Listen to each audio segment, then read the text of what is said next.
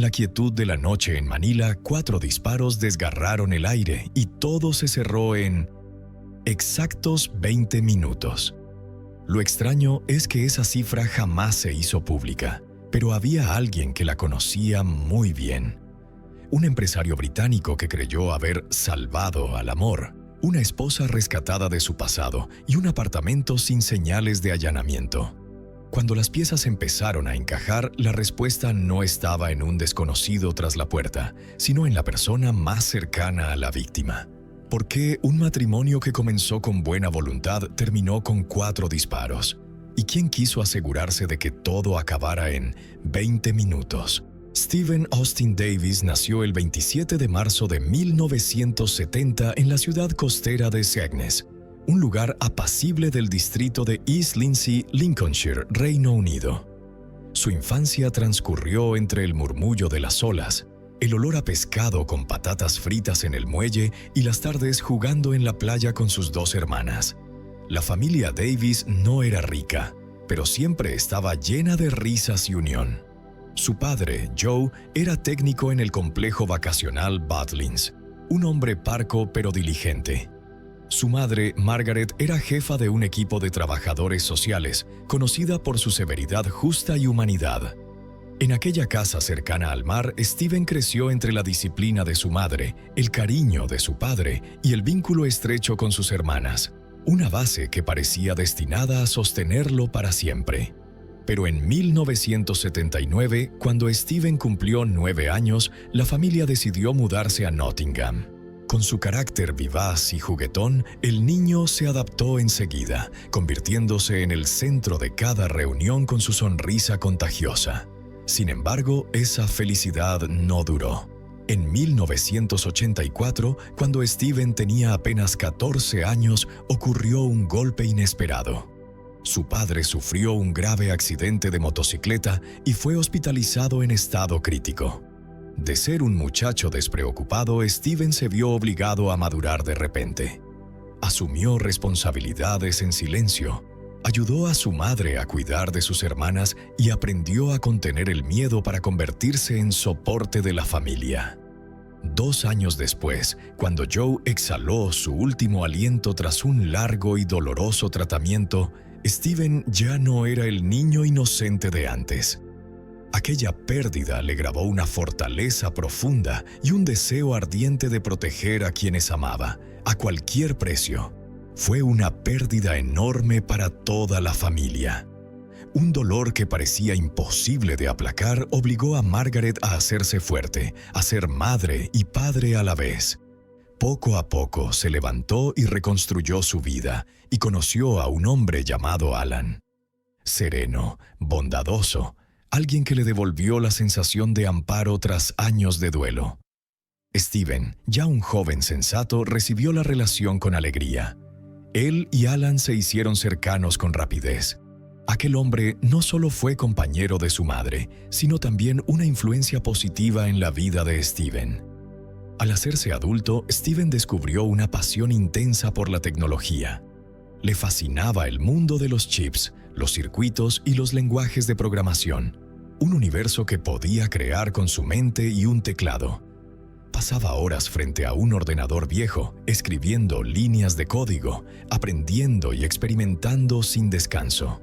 Para él, la tecnología no era un pasatiempo, era un llamado verdadero. Tras graduarse, Stephen empezó a trabajar en una empresa informática, donde pronto destacó por su creatividad y afán de superación. Su carrera se abría a paso firme hasta que apareció una gran oportunidad.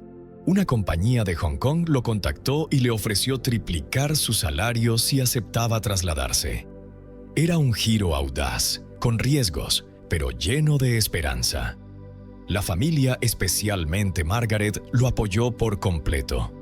Ella siempre creyó que su hijo tenía la inteligencia, la entereza y la perseverancia para adaptarse a cualquier desafío.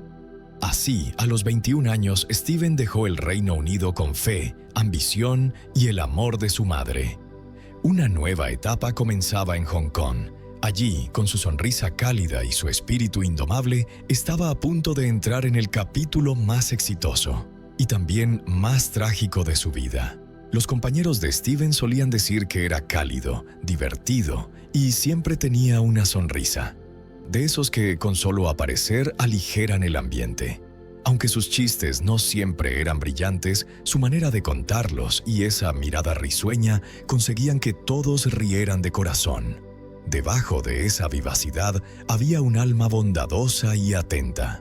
Steven era leal con los amigos, entregado a la familia y jamás dudaba en ayudar a quien lo necesitara. Pero esa misma bondad era su punto débil. Sus amigos notaban que Steven confiaba demasiado, siempre veía lo mejor en los demás, incluso en quienes no lo merecían. Aquella apertura le ganaba afectos, pero también lo hacía vulnerable en un mundo no siempre amable. Durante sus años en Asia, en medio del ritmo frenético de Hong Kong, Steven encontró por casualidad una nueva pasión: volar. Se unió a un club de aviación en Filipinas, a un corto vuelo desde Hong Kong. Cada fin de semana viajaba con amigos, se sentaba en una pequeña cabina y dejaba que el cielo azul devorara las preocupaciones. En ese espacio hallaba una libertad y una calma que el trabajo y la gran ciudad no podían darle. Quienes lo conocieron en Filipinas le tomaron cariño. El británico simpático, sociable, cercano y especialmente apreciado por las mujeres por su sinceridad. Tenía amigos, un trabajo estable, una vida envidiable. Pero un día de julio de 2002, todo se vino abajo. Una llamada brevísima desde el otro lado del mundo hizo añicos el universo de Margaret, esa madre que siempre creyó que su hijo estaba a salvo. Al otro lado, una voz temblorosa apenas alcanzó a decir: «Steven, ha muerto». El que llamó fue Michael, colega cercano de Steven, con la voz ronca y tensa. Solo alcanzó a decir: «Steven tuvo un accidente y ha fallecido». Y la línea se cortó. Margaret quedó paralizada en la casa vacía, con zumbido en los oídos y la mente en blanco. No había logrado entender nada cuando, pocos minutos después, entró otra llamada. Esta vez, las palabras le detuvieron el corazón. No fue un accidente. A Steven lo asesinaron. Aquel día de verano marcó el inicio de una pesadilla de años para Margaret. El dolor por la pérdida se transformó en una llama de determinación inextinguible. Descubrir la verdad, por dura que fuese. La noche del 17 de julio de 2002, Steven y su colega canadiense, Michael, seguían trabajando en la sede de su empresa de programación en Manila. El proyecto importante estaba casi listo, y a las 10 en punto ambos salieron de la oficina, cansados pero satisfechos con el avance. Regresaron al apartamento alquilado cercano. Steven se quedó un rato para rematar unas líneas de código antes de dormir, mientras Michael condujo al aeropuerto para recoger a su novia, Jennifer, cuyo vuelo aterrizaba a las 10:30.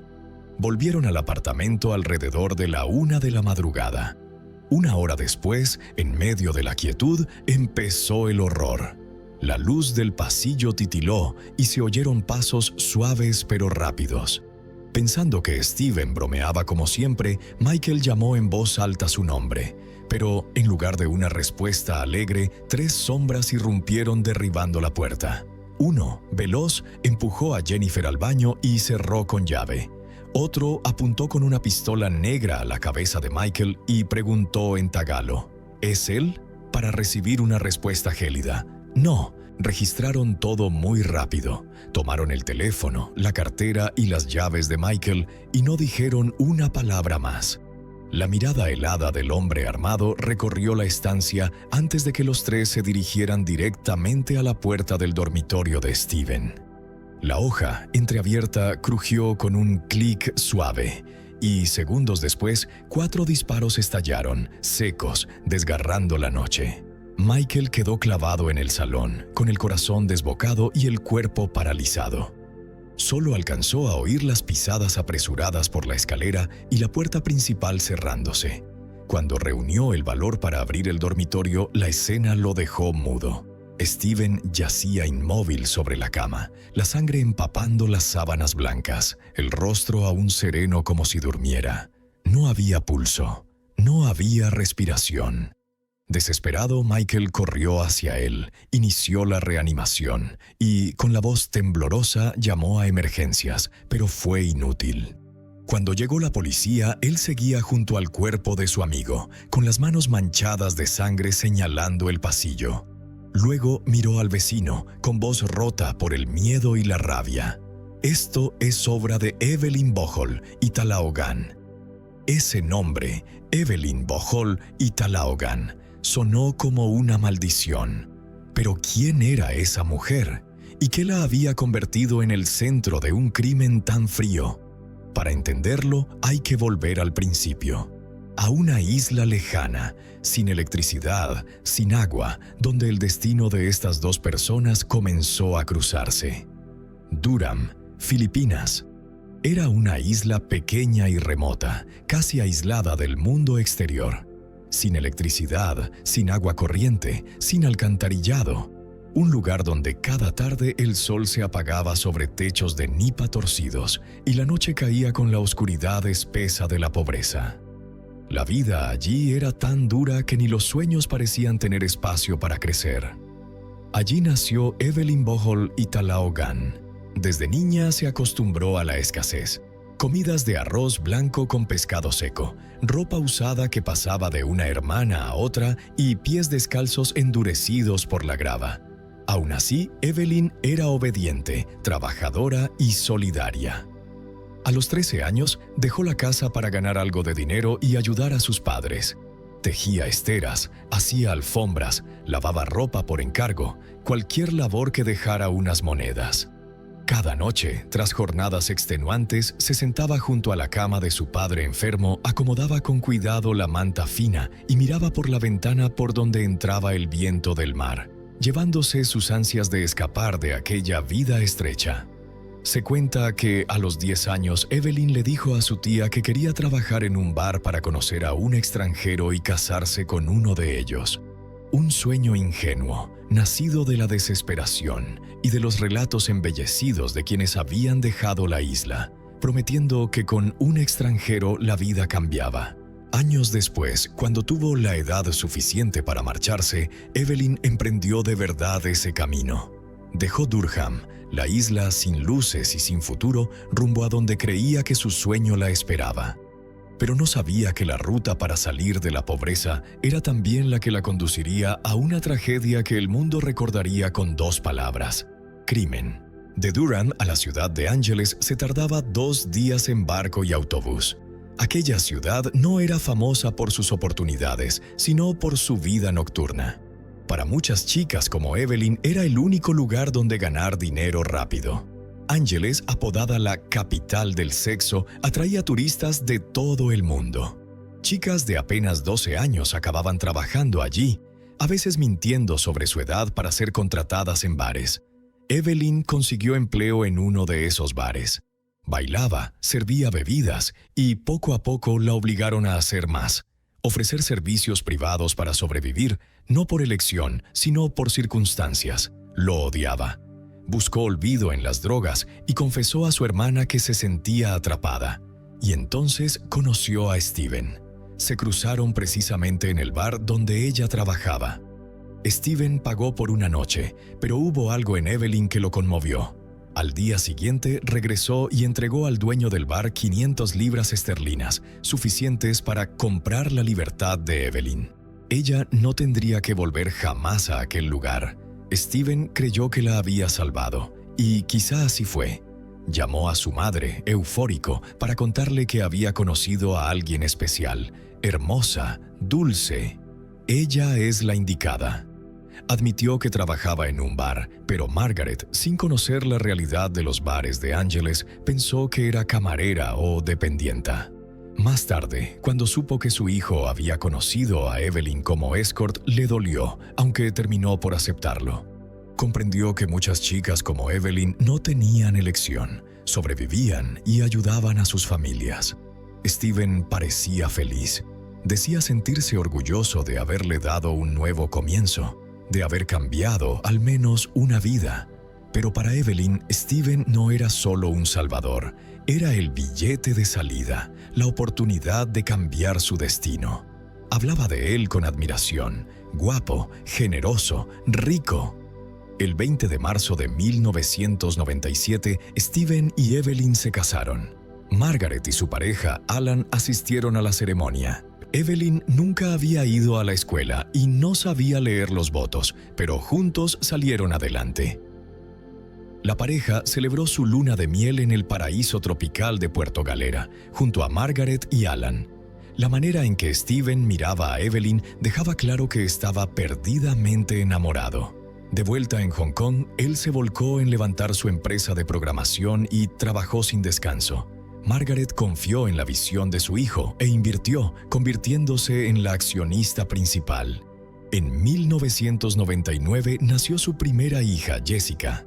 2 años después llegó su hijo, Joshua.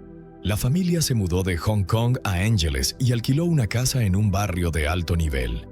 El negocio prosperaba. Contrataron empleada doméstica y niñera. Steven mimaba a su esposa. Le daba 1,000 libras al mes para sus gastos personales y también apoyaba a sus suegros.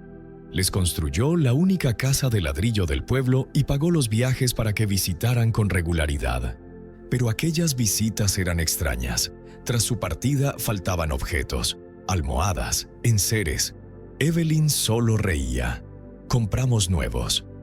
Con el tiempo ella cambió. Se volvió altiva. Hablaba con desdén y cada vez se centraba más en el dinero. Cuando Margaret y Alan visitaron Filipinas, notaron a Evelyn fría y distante, pegada al teléfono, sonriendo mientras enviaba mensajes. Empezaron a sospechar de una infidelidad. Incluso su hermana la confrontó y Evelyn admitió: «No vamos bien Steven y yo. Estoy con alguien más». Era Arnold, un guardia de seguridad casado. Cuando su esposa se enteró, se marchó. Steven comenzó a notar que faltaba dinero. Al intentar llevar a su hija al jardín de infancia privado, descubrió que nunca la habían matriculado. El dinero que había dado a Evelyn había desaparecido. Incluso había empeñado su anillo de boda. Él, destrozado, supo que Evelyn gastaba sumas importantes en su amante, regalos caros e incluso una motocicleta.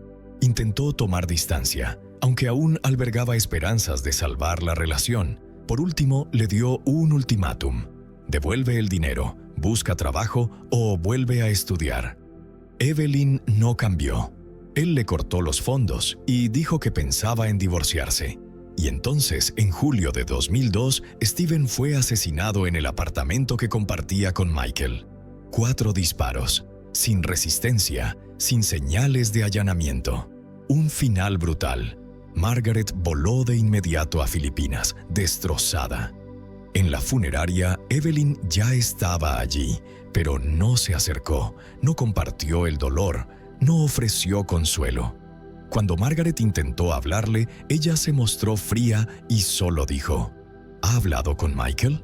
Seguro que vio a esos hombres. Estuvieron en la casa 20 minutos. Aquella frase dejó a Margaret helada. ¿Cómo sabía Evelyn que estuvieron 20 minutos si ese detalle no se había hecho público y la policía ni siquiera lo había confirmado? Solo alguien implicado podría saberlo.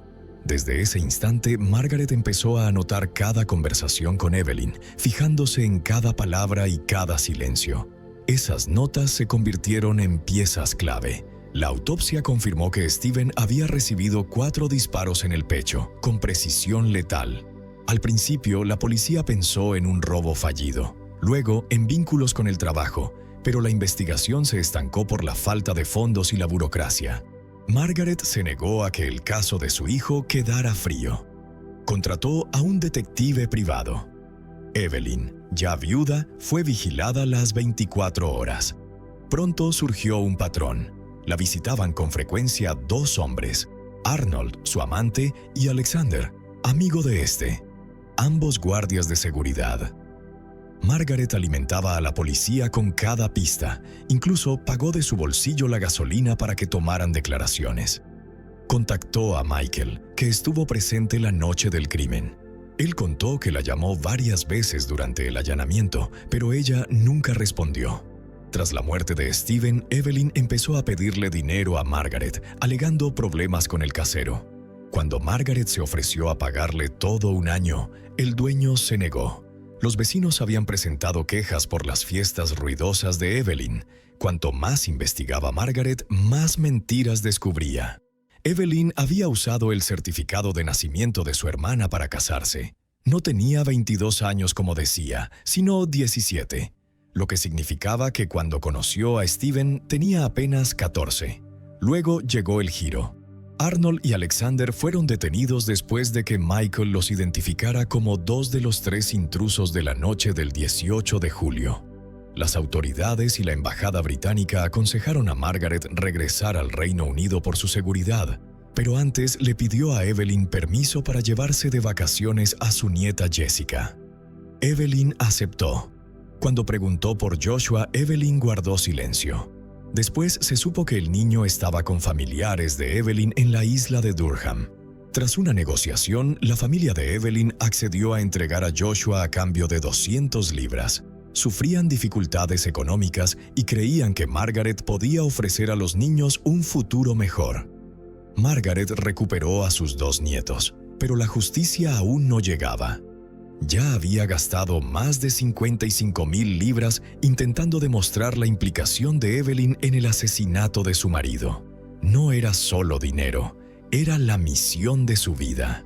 La pista final vino de la tía de Evelyn. Se había acercado a Margaret y Alan, admiraba su fortaleza y notó que Robin, cuñado de Evelyn, se comportaba de forma extraña tras la muerte de Steven. Cuando la policía quiso interrogarlo, él huyó. Pero la tía sabía dónde estaba. Gracias a ella, el tercer autor fue detenido. La declaración de Robin lo aclaró todo. Confesó que la noche del 17 de julio, Evelyn lo condujo a él, a Arnold y a Alexander hacia la ciudad, sin dar detalles. Al llegar, ella esperó en el coche mientras los 3 hombres entraban a la vivienda. Fue Arnold, el amante de Evelyn, quien apretó el gatillo. Después del asesinato, Evelyn se jactó de que su esposo era millonario y de que heredaría toda su fortuna. A Robin le concedieron inmunidad a cambio de su testimonio. Arnold y Alexander fueron condenados a 30 años de prisión. El juicio de Evelyn tuvo lugar en 2004. Ella declaró que dormía en casa y no sabía nada, pero las pruebas decían lo contrario. Los asesinos tenían llaves del apartamento y los vecinos la vieron regresar de madrugada. 14 testigos declararon en su contra, incluidos familiares que la oyeron hablar de matar a Steven para quedarse con su dinero. Nadie corroboró su versión. Margaret y Alan volaron a Filipinas para la sentencia, buscando cerrar el duelo. Evelyn se quedó sola en la sala, con su abogado. Fue condenada a 40 años de prisión, sin reducción de pena. Tras el juicio, Margaret se acercó por última vez, con la esperanza de una confesión, o al menos una disculpa. Pero Evelyn lo negó todo y proclamó su inocencia. En los años siguientes solo recibió una visita, la de su padre.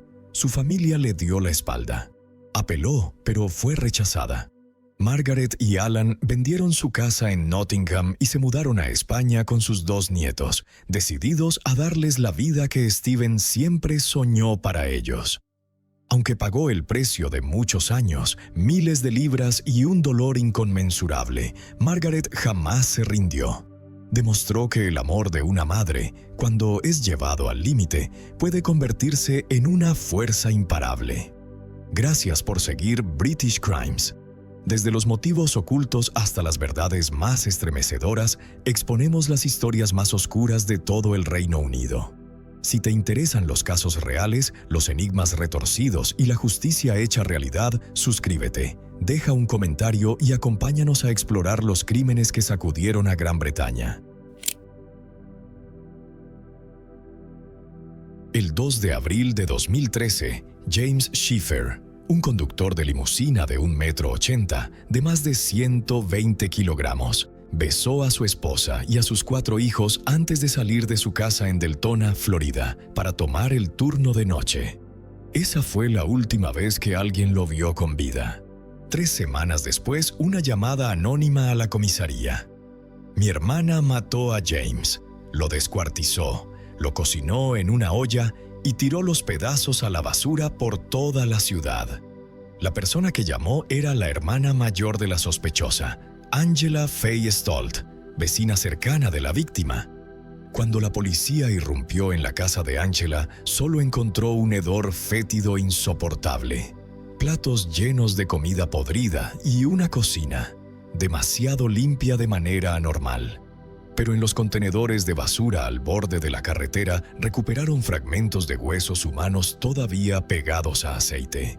Angela, quien había sido maltratada por 3 maridos, sufría trastorno de estrés postraumático grave, era adicta a las drogas y vivía de subsidios. Confesó: «Lo apuñalé 27 veces porque temía que me quitara el dinero que yo manejaba. Después, no quería que nadie lo encontrara». ¿Fue defensa propia o un plan frío para silenciar al único amigo que aún la ayudaba? ¿Y por qué solo 56 de 206 fragmentos óseos fueron recuperados? El resto se había disuelto en la sopa del asesino. Nadie puede prever qué aguarda en el siguiente giro del destino. Solemos hacer planes con el optimismo de la juventud, imaginando que entraremos en una universidad prestigiosa, tendremos un trabajo bien pagado tras graduarnos, encontraremos a la persona adecuada, construiremos una familia sólida, daremos a nuestros hijos un futuro más brillante y, finalmente, partiremos en paz en la vejez, rodeados de seres queridos. Este sueño lo comparten muchos. Los logros ajenos suelen inspirarnos, impulsarnos a esforzarnos por una vida mejor. Pero, ¿qué ocurre cuando la realidad no sigue el camino que imaginamos? Al madurar, las ilusiones juveniles se desvanecen y el peso de las responsabilidades adultas se hace más pesado año tras año. Al final, la forma en que enfrentamos y manejamos estos desafíos es lo que define al ser humano en que nos convertimos. Citado del memoir de Angela Faye Stolt en su sitio web. Ella nació en Bangkok, Tailandia, en el año 1972 en una familia militar.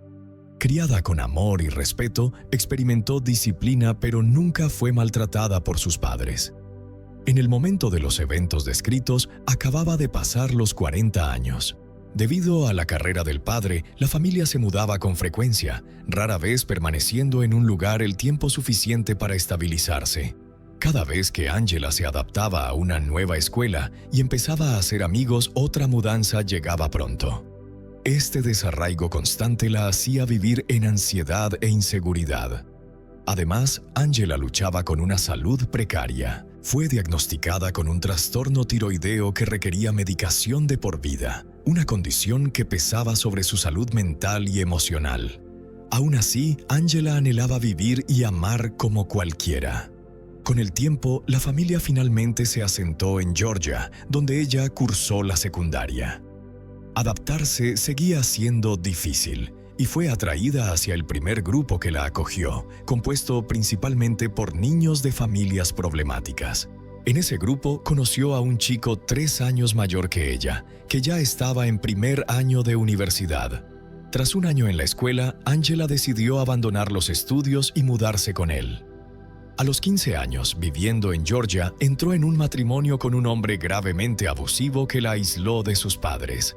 Ella describía la sensación como la de una prisionera en su propia casa, frecuentemente atacada físicamente. En 2 ocasiones fue estrangulada hasta perder el conocimiento y recordaba que él le practicó resucitación cardiopulmonar después de casi matarla. Angela sufrió lesiones graves en el primer matrimonio, incluyendo costillas rotas, mandíbula dislocada, innumerables moretones, daño en las cuerdas vocales y compresión traqueal.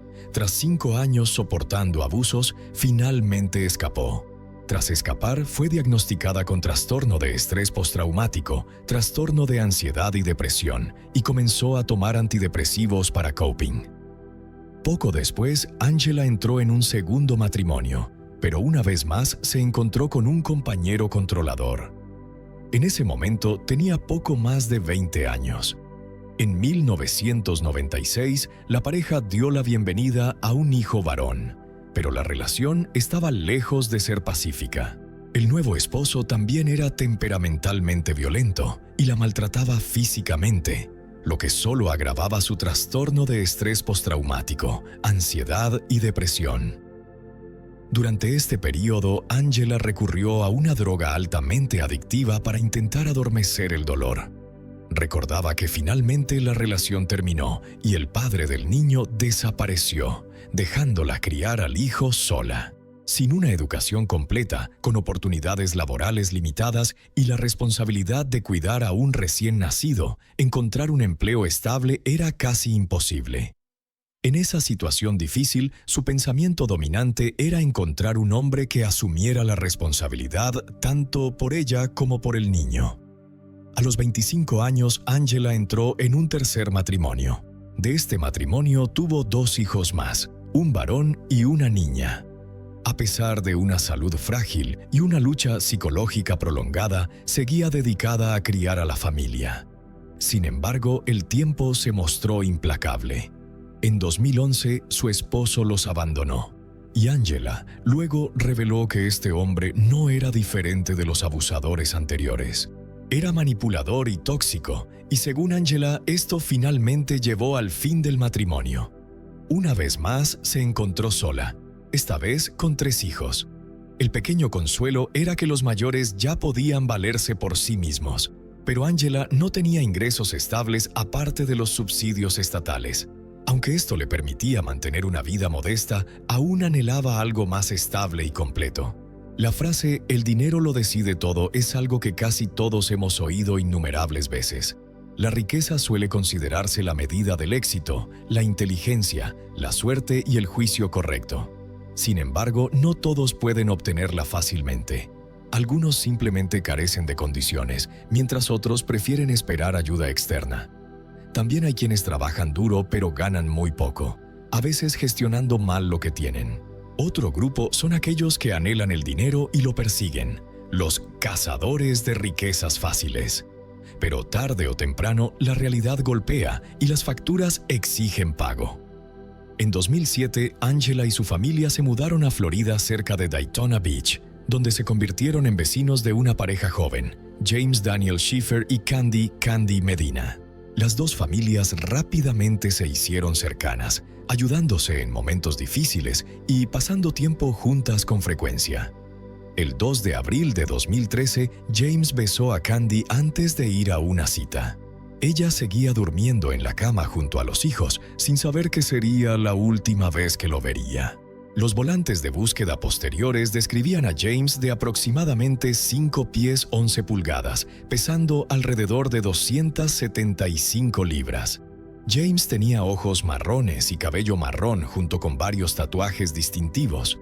La palabra gringo en el cuello, una calavera de metálica en la pantorrilla derecha y NCC en el antebrazo derecho. La última vez que fue visto llevaba uniforme de trabajo.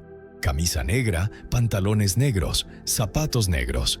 Atuendo estándar de conductor de limusina.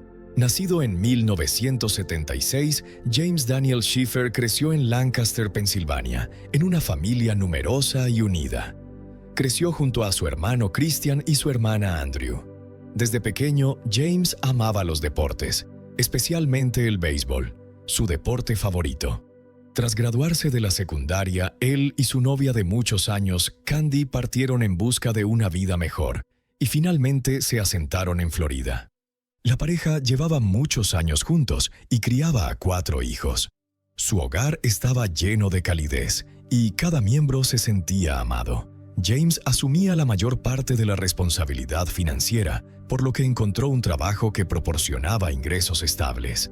Trabajaba para una empresa local especializada en servicios de limusina para eventos especiales, así como transporte privado para clientes adinerados. La empresa alquilaba limusinas y otros vehículos de lujo. James era querido por sus compañeros, trataba a los clientes con respeto y mantenía buena reputación con el jefe. Sin embargo, a pesar del empleo estable y los ingresos decentes, comenzaron a aparecer problemas financieros. Durante meses consecutivos, James y Candy retrasaban el pago del alquiler, colocando a la familia en una situación difícil.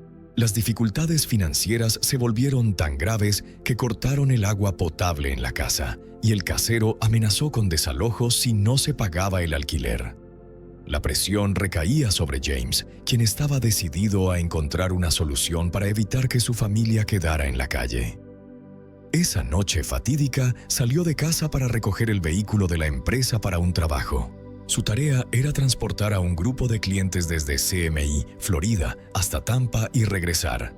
El viaje no debería haber durado más de 2 horas. James marcó entrada alrededor de las 3 de la mañana, tomó el vehículo y comenzó el trayecto, pero nunca regresó. A medida que pasaban las horas sin noticias suyas, Candy se volvía cada vez más ansiosa. Luego comenzaron a llegar mensajes sospechosos de James, diciendo que necesitaba desaparecer por un tiempo. Candy quedó atónita, incapaz de entender qué estaba pasando. Desesperada por respuestas, empezó a llamar a familiares y amigos, esperando que alguien supiera dónde estaba James o qué había ocurrido. El 4 de abril, el padre de James finalmente acudió a la comisaría y presentó un reporte de persona desaparecida. Luego, el 21 de abril de 2013, la oficina del sheriff recibió una llamada impactante de una mujer que afirmaba conocer a alguien involucrado en la muerte de James.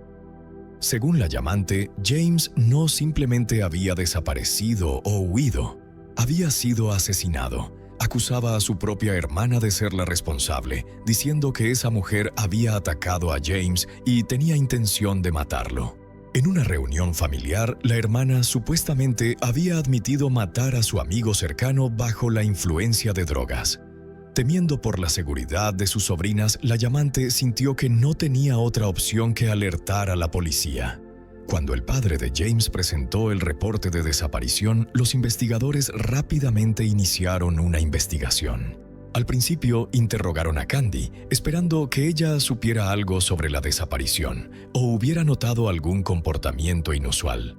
Candy explicó que James salió a trabajar como de costumbre y no mostró signos extraños. Además de los mensajes extraños que recibió de él después, los investigadores también descubrieron que varios familiares cercanos de la familia recibieron mensajes similares, lo que aumentó las sospechas. Este detalle debía examinarse cuidadosamente. Cuando los detectives trabajaron con el empleador de James, confirmaron que era considerado uno de los mejores empleados, y desaparecer sin aviso era completamente contrario a su carácter. La empresa cooperó con las autoridades, ayudando a establecer la secuencia de eventos y reconstruir lo que ocurrió esa noche. James estuvo presente en el lugar de trabajo, preparó el vehículo y salió alrededor de las 4 de la mañana. Pero la policía pronto descubrió algo notable. Compañeros indicaron que en los días previos a la desaparición, James había expresado preocupaciones por el dinero e incluso pidió prestado. Esto planteó la posibilidad de que pudiera haber dejado la ciudad intencionalmente para evadir deudas y obligaciones acumuladas. Los investigadores también sabían que James luchaba con una adicción al juego, lo que podría ser la raíz de los problemas financieros, y explicaba los retrasos en el alquiler y las facturas. Con esa información, inicialmente los detectives se centraron en la hipótesis de que James había abandonado sus responsabilidades. Continuando la investigación, hablaron con familiares, amigos y vecinos, llegando finalmente a la casa del amigo cercano y vecino de James y Candy, Angela Faye Stolt. Angela recibió a los detectives sin dudar, expresando tristeza por la desaparición de James y describiéndolo como un amigo sincero. Angela explicó que James solía pasar por su casa después del trabajo para tomar una copa, charlar y relajarse. Según ella, su relación era puramente amistosa. Cuando Angela enfrentaba dificultades financieras, recurrió a James por ayuda y él le asignó la gestión de sus cuentas personales. Cuando la policía preguntó por qué su esposa no lo hacía, Angela afirmó que no era nada inusual. Ese arreglo beneficiaba a ambos. Ella recibía una pequeña compensación por su trabajo y él controlaba mejor sus finanzas. Al principio todo iba bien, pero luego James empezó a tener problemas de dinero y expresó la intención de solicitar subsidios gubernamentales. Esa fue la razón por la que James involucró a Angela en su panorama financiero. La amistad gradualmente se convirtió en una relación de dependencia.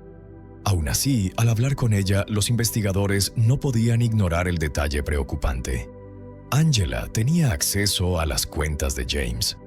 Algunas transacciones financieras ocurrieron después de su desaparición, generando sospechas, al igual que las reuniones tempranas por la mañana, lo que insinuaba posible infidelidad. Estos factores hicieron que la policía prestara mayor atención a esta amiga de la familia. Sin embargo, Angela parecía sincera y calmada. Nada en su actitud sugería engaño y sus explicaciones sonaban lógicas. Muchas personas confían en amigos de confianza o expertos para gestionar finanzas. Temporalmente fue eliminada como sospechosa y los detectives se inclinaron por la hipótesis de que James desapareció por problemas financieros. Sin embargo, el dinero claramente jugaba un rol en el caso. Por eso, los investigadores regresaron a la casa de Angela, esta vez decididos a mirar más allá de las charlas en el porche. Al pedir entrar, presenciaron una escena inquietante. Cada habitación llena de basura, platos sucios con comida podrida y un hedor intenso. Las condiciones de vida eran claramente insalubres, sugiriendo posibles problemas de salud mental. Sin embargo, no había rastro de James allí. Angela luego explicó el estado de la casa, diciendo que enfermedades y lesiones pasadas le impedían mantener y cuidar el hogar. La policía luego la invitó a una entrevista formal grabada. En la entrevista repitió lo dicho y añadió que aunque no dependía de sustancias prohibidas, a veces las usaba junto con algunos medicamentos recetados. Angela explicó que para James pasar tiempo con ella los fines de semana era solo una forma de relajarse. También declaró que la última vez que lo vio fue después de que fuera reportado desaparecido. Según ella, James vino a pedir dinero, pero no le dio ni $1. Dijo que eso lo enfureció, pero finalmente se fue. Los detectives le pidieron a Angela que llamara a James y lo advirtiera sobre problemas financieros, enfatizando que gastar en exceso podía llevar a serios problemas. Ella se negó, afirmando que ya no tenía contacto con él. Angela también mencionó que James tenía problemas en el trabajo, acusando a un compañero de amenazarlo por una deuda impaga. Esto desvió la atención de los investigadores hacia el compañero y el lugar de trabajo. Ella luego colocó las partes del cuerpo en ollas y sartenes, cubriéndolas con aceite. Lo horrible es que cuando Angela habló por primera vez con los investigadores sobre la desaparición de James, una parte del cuerpo de él ya había sido cocinada en su cocina. Sin embargo, este detalle espeluznante no fue detectado, porque los oficiales no habían entrado en la casa en la primera visita. Cuando los investigadores finalmente entraron, Angela ya había completado la tarea macabra de descuartizarlo. Metió las partes del cuerpo en bolsas de basura y las dispersó en varios lugares de la ciudad. Algunas fuentes indican que sus hijos mayores ayudaron involuntariamente después de que ella les dijera que había atropellado un ciervo en la carretera. Al mismo tiempo, les prohibió estrictamente entrar al cobertizo, donde ocultaba la horrible verdad. Tras esta confesión, Angela fue arrestada e inicialmente acusada de homicidio en segundo grado. La policía lanzó una búsqueda a gran escala para encontrar el cuerpo de James, pero de un total de 206 fragmentos óseos, solo 56 fueron recuperados. Fue enterrado en un ataúd sellado, impidiendo que la familia se despidiera completamente. Posteriormente, los fiscales elevaron la acusación a homicidio en primer grado, ya que surgían más evidencias de que el crimen fue planeado meticulosamente. Angela también intentó ocultar rastros procesando el cuerpo de James de manera que dificultara la investigación. Los investigadores concluyeron que sus acciones fueron calculadas, incluyendo desviar intencionalmente a los familiares de la víctima. Usando el teléfono de James, envió mensajes a su esposa, familia y amigos, creando la ilusión de que él había desaparecido voluntariamente. El 2 de diciembre de 2014, Angela Faye Stolt compareció en juicio. Confesó haber matado a James, pero afirmó que fue en defensa propia.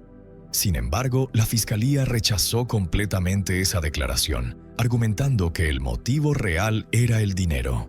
Angela había luchado con problemas financieros durante años y temía que James la engañara o explotara. La mañana del crimen, tras beber mucho alcohol con James, su juicio estaba nublado. El resentimiento que había acumulado durante tanto tiempo hacia él hacia la vida y hacia la injusticia que sentía de los hombres a su alrededor, estalló en violencia. El 5 de diciembre de 2014, el jurado se retiró para deliberar. Tras considerar, acordaron condenar a Angela por homicidio en primer grado, profanación de cadáver y destrucción de evidencia. Fue sentenciada a cadena perpetua sin libertad condicional. Es casi imposible comprender qué pasó por la mente de Angela en ese momento. Una mente perturbada, un cuerpo debilitado, un alma llena de tormento. Sin embargo, parece que Angela aún no reconocía el peso de sus acciones. No solo terminó con la vida de alguien a quien llamaba mejor amigo, lo destruyó, quitándole toda oportunidad de supervivencia. Como un carnicero, descuartizó a James e incluso hirvió partes del cuerpo. El dinero ha destruido muchas relaciones, pero llevar las cosas a este extremo es prueba de una verdad aterradora. Es más seguro mantener distancia de amigos como esos. James Schiffer solo quería salvar a su familia de la calle. Angela Faye Stolt solo quería retener el último control en su vida rota. Dos personas que una vez se sentaron a beber cerveza, compartiendo preocupaciones por el sustento. Ahora solo quedan 56 fragmentos óseos en un ataúd sellado y una sentencia de cadena perpetua sin condicional. Hoy, la casa número 1427 en Deltona ha sido demolida, pero el olor a aceite y lejía aún parece acechar a quienes cruzaron su umbral. Candy Medina aún guarda la camisa de trabajo negra de su esposo, lo único que quedó intacto después de que su cuerpo fuera descuartizado, cocinado y descartado como basura. Los 3 hijos de Angela crecen en visitas carcelarias, llamando a mamá a través de un vidrio antibalas. Nunca sabrán si sus padres se fueron o fueron asesinados. Solo que tío James traía dulces a casa y un día soleado desapareció con la sopa en la estufa. No dejes que la bondad se convierta en invitación a la oscuridad. No dejes que el dolor privado se vuelva cuchillo al cuello ajeno. Y si un día ves que tu mejor amigo empieza a pedir prestado, gestionar cuentas y te mira con ojos de miedo y codicia, recuerda esos 56 fragmentos óseos y corre. El hombre y la mujer en esta fotografía, a primera vista, no parecen distintos de un matrimonio cualquiera. Un rostro apacible, una mirada aparentemente tranquila. Pero es precisamente esa normalidad la que siembra el terror. Porque en lo más profundo, detrás de ese cuadro que aparenta calidez, se esconde una oscuridad que nadie hubiera imaginado. Ese esposo no solo traicionó el amor de su mujer, sino que convirtió el hogar, el lugar que debería ser el más seguro, en una prisión helada, donde el espanto y el horror se aferraban a cada rincón. Cuando el velo del secreto cayó, la verdad apareció como una pesadilla. Actos atroces, noches interminables sumidas en silencio y miedo, todo disfrazado tras una sonrisa bondadosa. Esto no es solo un caso criminal, es una historia espeluznante de un amor que se transformó en demonio, de una familia que se convirtió en infierno. Y una vez que sepas todo lo que ocurrió, jamás volverás a mirar esta fotografía con los mismos ojos serenos. Acompáñame hasta el final del video para conocer toda la verdad detrás de esta atrocidad. Antecedentes penales de Óscar Valerio. Óscar Valerio nació en la colonia Benito Juárez, en el estado de Zacatecas, México. Su historia, como muchas otras en zonas olvidadas por el desarrollo, está marcada por el abandono y la carencia de herramientas emocionales y un entorno que claramente normalizó la violencia. Desde pequeño fue conocido como un hombre reservado, con carácter difícil y una historia marcada por episodios violentos. Con el paso de los años, sus relaciones estuvieron teñidas por abuso, resentimiento y una profunda necesidad de control y afecto, junto a una visión machista que lo acompañó hasta sus últimos días. A su lado estaba Lisette Miriam Vargas, su esposa, originaria de Veracruz, quien dejó todo atrás, familia y tierra natal, para ir con él a Zacatecas por amor, creyendo haberlo encontrado en Óscar, su compañero. Al principio, su relación parecía prometedora y consensuada, Tuvieron una hija y durante un tiempo parecieron construir una vida estable en la casa de él en San Cayetano, donde la convivencia pacífica ante los vecinos parecía estable, pero en realidad ocultaba problemas profundos. La salud de Lisette no era buena, padecía insuficiencia renal crónica y necesitaba diálisis. Oscar, en sus momentos de lucidez, prometió cubrir esos gastos, más de 2 millones de pesos mexicanos, equivalentes a unos $10,000. Ese gesto se convirtió en una de las razones que él usó públicamente para justificar su desesperación. Sin embargo, su ayuda claramente no surgía de un interés genuino, sino de vivir con resentimiento, porque sentía que no recibía el amor que merecía y que Lisette no valoraba su esfuerzo. En ellos, según sus propias palabras, él decía que ya no tenía fuerzas para luchar. La verdad es que la dependencia emocional y económica fue minando poco a poco cualquier vínculo sano entre ambos, y con el tiempo la dependencia emocional y económica fue minando poco a poco cualquier vínculo sano entre ambos, y con el tiempo el estrés y los conflictos comenzaron a ser parte de la vida diaria. Oscar empezó a mostrarse paranoico, insinuando que Lisette lo había traicionado y que la persona que quería terminar la relación estaba quebrada por la tensión constante, los celos y un ambiente silencioso, intenso y sofocante. Todos estos conflictos fueron el preludio silencioso de una tragedia anunciada con un final fatal el 6 de julio de 2025. Ese día, Oscar publicó en sus redes sociales 3 videos, uno repetido, con una emoción fuerte y abrumadora. En el primero, de casi 6 minutos, publicado a las 11:20 de la mañana, él relata su dolor, expresando que la vida se está volviendo complicada y que necesita amor y quiere despedirse. De todos. En la grabación, el hombre explica que fue amenazado y rechazado. Afirma que ella no le prestaría el auto, ni le permitía salir de la casa, y que, a pesar de todo, él le dio todo.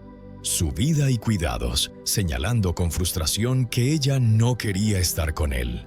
Oscar acusa que ella no lo amaba, aunque él sentía que siempre fue muy cuidadoso y que ella nunca tuvo que caminar sola. Hubo momentos en que pensó en acabar con su vida, mencionando que tal vez Lisette se iría con él. Esto lo repitió muchas veces en su discurso y lo expresó con un tono de arrepentimiento por el desgaste emocional que decía ya no poder soportar. Durante todo el video declara que si acudía a las autoridades no le creerían, porque él había sido víctima por mucho tiempo y se había vuelto amargado, mostrando resentimiento hacia las mujeres. También expresa que aunque podría violarla, no lo haría por miedo a la ley. Hago este video para despedirme de todos. Saben que mi vida se está volviendo muy complicada, por eso necesito mucho amor. Y sí, la pareja aún me amenaza, y este tipo no quiere prestarme su auto o me echa de la casa. Quizás él se vaya conmigo. Quizás él se vaya conmigo. Entre sus frases más preocupantes revela una idea inquietante. Advierte que al final ella se tranquilizará y él morirá primero, y por eso planeó que ella se fuera con él. Temo que me dé un infarto o necesito un poco de valor y que al final ella esté bien y yo también. Yo muero primero. Por eso es que planeo que ella se vaya conmigo. Durante la grabación, el resentimiento y la actitud de Oscar hacia las mujeres son muy evidentes. Afirma que ellas están muy empoderadas y que si acude a las autoridades no le creerán, porque él ha sido víctima de acoso por mucho tiempo. Si hablo con las autoridades, sí, nunca me creerán que he sido bloqueado desde hace mucho. Nunca tuve ni siquiera una fiesta posterior. Sé que alguien salió con un caballero o con alguien más. Minutos después, a las 11:28, publicó un segundo video donde enfatiza su intención de ir al cielo junto a Lisette. En ese mensaje agradece a la familia y admite que también cometió errores al tratar mal a algunas mujeres. Sí, no respeté a algunas, 2, 3 chicas jóvenes. Necesito mucho cariño. En ambos videos menciona a Lisette con resentimiento, como si ella fuera la causa de su infelicidad, y repite que ya no está para luchar. Finalmente, Oscar se despide de todos, citando un corrido con la frase «Espero al conejo». «Te esperaré allí en ese espacio vacío», dice. Corre. Oye, haz tu mejor esfuerzo. Algunas personas vieron el material y alertaron a las autoridades inmediatamente, pero la tragedia ya había ocurrido y cuando llegaron ya era demasiado tarde. Casi una hora después de esas confesiones en línea, la noticia congeló a todos.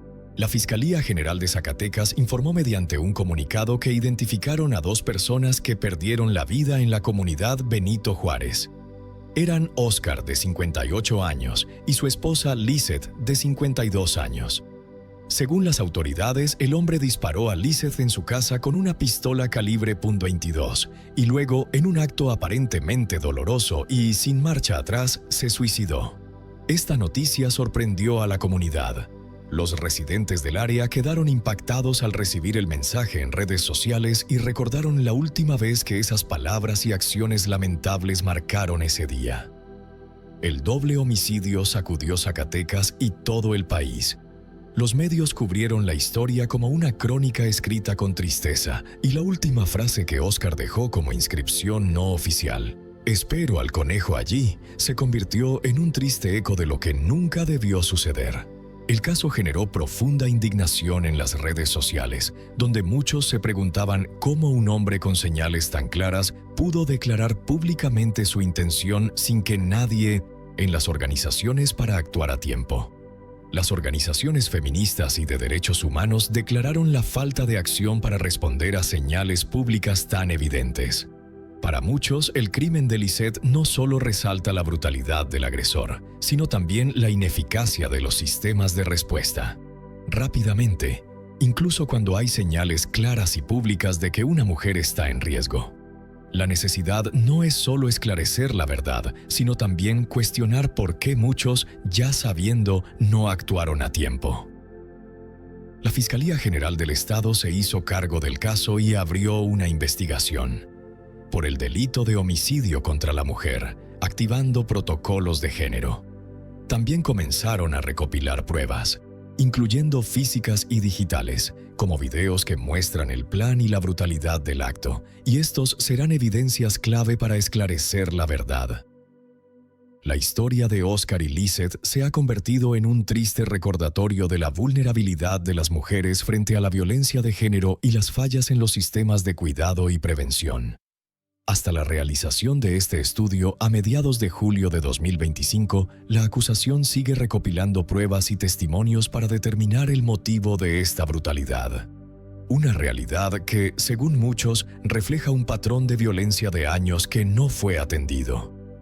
Este doloroso suceso muestra la urgente necesidad de fortalecer estrategias de protección y conciencia para evitar que tragedias similares se repitan, para que la justicia y la sociedad puedan reaccionar a tiempo ante esos gritos silenciosos de auxilio.